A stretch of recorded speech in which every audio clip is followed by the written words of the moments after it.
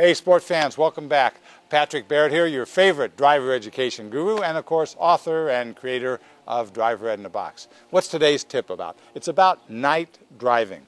That's correct. Now actually most all states require that parents do some type of supervised practice for their new driver, and usually that's at least 10 hours, and that's a minimum, remember. At least 10 hours of that be done at night. That's really not very much, but the more you do at night, the better off you are.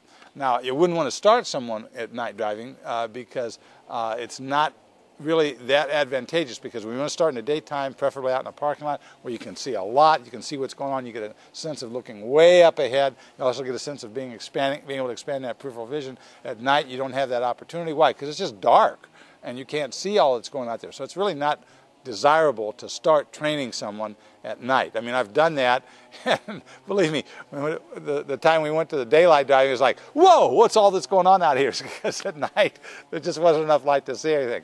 So make sure you get them started in the daytime and then work at night. Now, what do you want to talk about at night driving?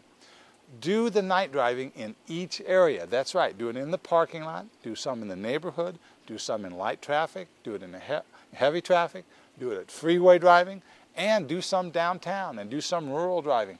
All of those things should be done at night. If you just do a couple hours in each one of those areas, what's going to happen? You're going to be far beyond that 10 hours. Plus, you want your student to get accustomed to identifying the difference between driving in the daytime and driving at night. Things are just harder to see, and you have to be able to use reflected light a lot differently. And plus, you have to reduce your speed because you don't want to overdrive your headlights. All those things that you already know as experienced drivers, that when it's night, it's different.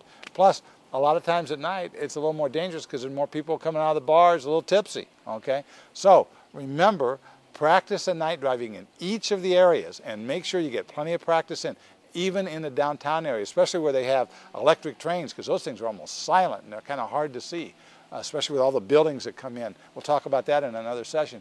But get as much night driving in as you can, because you want your student prepared to be able to deal with that particular circumstance, because they're going to be driving at night. I mean, a lot of the driving will be at night. Why? Because they're in school in the daytime, and they may be at work and doing other activities. Most of that's going to be after school or in the evening. So nighttime driving is something that they need a lot of practice with.